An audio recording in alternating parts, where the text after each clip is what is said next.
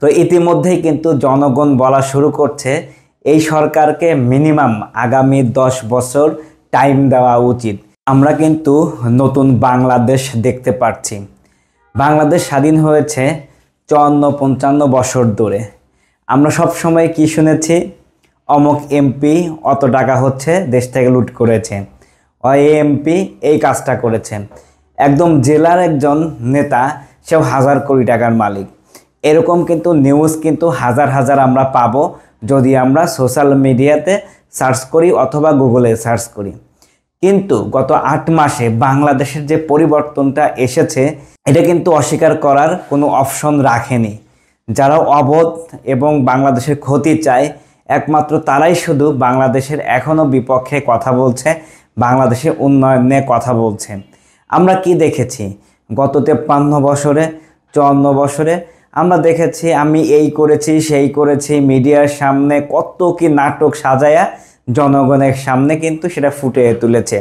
But গত 8 মাসে যে পরিমাণ অ্যাচিভমেন্ট এই ডক্টর ইউনূস সরকার করেছে, আমার কাছে মনে হয় এই অ্যাচিভমেন্টগুলো বা যে প্রসেস, যে বিনিয়োগগুলো বাংলাদেশে এসেছে, এরকম কিন্তু এত অল্প টাইমে কোনো সরকার করতে পারেনি এবং আগামীতে করতে পারবে কিনা সেটা কিন্তু নিয়ে আমাদের সন্দেহ রয়েছে। আজকের যে স্পেশাল যে টপিকটা আসলে সারা বাংলাদেশের সোশ্যাল মিডিয়া নিউজ চ্যানেলে ঘুরছে, সেটা হচ্ছে আশিক চৌধুরীকে নিয়ে। আপনারা জানেন আশিক চৌধুরী কিন্তু বর্তমানে বড় একটি পজিশনে রয়েছে এবং বাংলাদেশের যে বর্তমানে সম্মেলন হচ্ছে, সেই সম্মেলনে কিন্তু বাংলাদেশের 2035 সালের একটি ম্যাপ দিয়েছে। বাংলাদেশে যদি ওইভাবে কাজ করা হয় তাহলে কিন্তু সিঙ্গাপুরের মতো বাংলাদেশ হয়ে যাবে। আসলেই হবে যদি এই সরকারকে সুযোগ দেওয়া হয়, চুরি বাটপারি না হয়, দুর্নীতি না হয়। এবং আশিক চৌধুরী যে প্রোফাইল, বাংলাদেশের কিন্তু একটি রত্ন। আমরা কিন্তু জানি বাংলাদেশের ছেলে মেয়েরা যারাই দেশের বাইরে থাকে তাদের কিন্তু প্রচুর মেধা থাকে, বাট বাংলাদেশ সরকারে যারাই আসে তারা কিন্তু ব্যবহার করতে পারে না। ভালো মানুষ ভালো মানুষের সাথে মিল, খারাপ মানুষ খারাপ মানুষের সাথে মিল, তাই না? রত্ন রত্ন চেনে।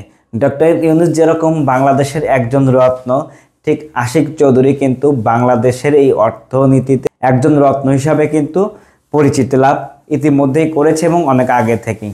তার যে প্রোফাইল, তার যে ব্যাকগ্রাউন্ড, বাংলাদেশে ভালো কিছু করার জন্যই কিন্তু এই বাংলাদেশে তিনি এসেছে। তার চমৎকার একটি লাইভলিড বাদ দিয়ে কেন এসেছে? বাংলাদেশের প্রতি ভালোবাসা, দেশপ্রেমের জায়গা থেকে তিনি এসেছে এবং ভালো ভালো কাজ করছে। এবং এই টাইপের কাজ যদি আগামী 10 বছর করা যায়, আমি মনে করি বাংলাদেশ হবে সিঙ্গাপুর, বাংলাদেশ হবে হচ্ছে আমেরিকা। কেন নয়? বাংলাদেশে যে পরিমাণ বিনিয়োগ বিভিন্ন দেশ করছে, একমাত্র কারণ আমি ডক্টর মোহাম্মদ ইউনূস সাহেবকেই ক্রেডিটটা দেব। তো ইতিমধ্যেই কিন্তু জনগণ বলা শুরু করছে এই সরকারকে মিনিমাম আগামী 10 বছর টাইম দেওয়া উচিত, তাহলে কিন্তু বাংলাদেশের চেহারা পরিবর্তন করে দিবে। এটার সাথে আমিও একমত এবং আপনারা একমত কিনা কমেন্টে জানাতে পারেন।